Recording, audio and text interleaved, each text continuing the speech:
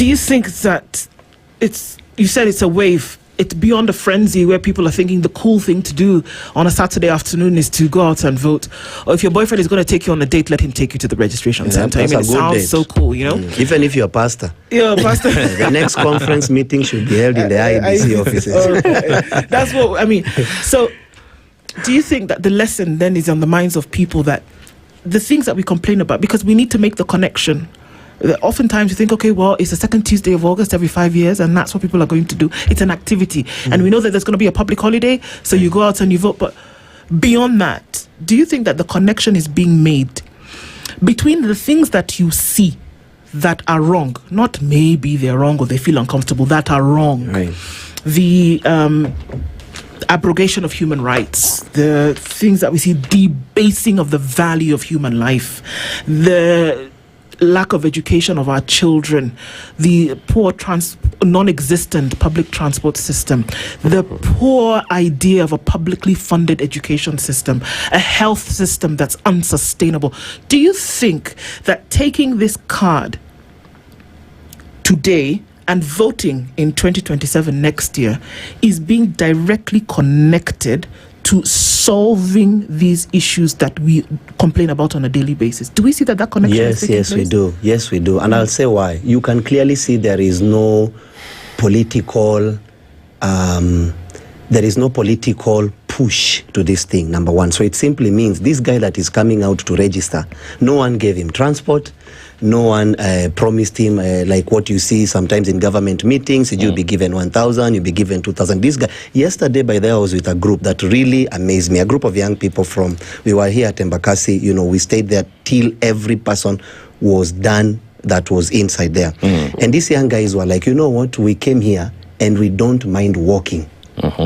So that thing told me that we are dealing with a new brand of people. Right. In fact, the Bible says, do not be conformed to the patterns of this world, but be transformed by the renewing of your mind. Transformation happens when the mind is dealt with.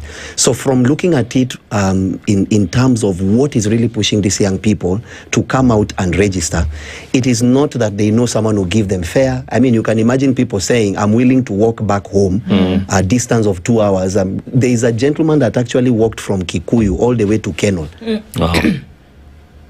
Wow. All the way, and you seek and you ask this young man, why are you doing that? He says, according to me, I feel I owe this nation an opportunity. I mean, I owe this nation an opportunity to be part of the movement that is happening.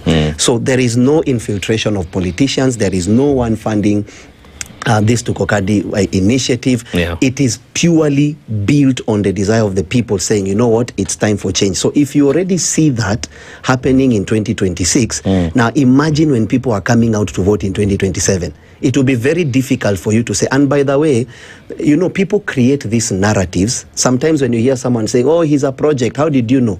Anyone that says that, tunakushuku, where unajuaje projects? Is it that you sat somewhere and that's your narrative you're trying to push? So there are people trying to push this narrative of, even last time people registered. This is a different time. This time around, the tide is coming, and people are not coming to vote to be paid. No. In fact, maybe they will even eat your money, but at the same time, they know where their vote is going to. So we are dealing with a different time.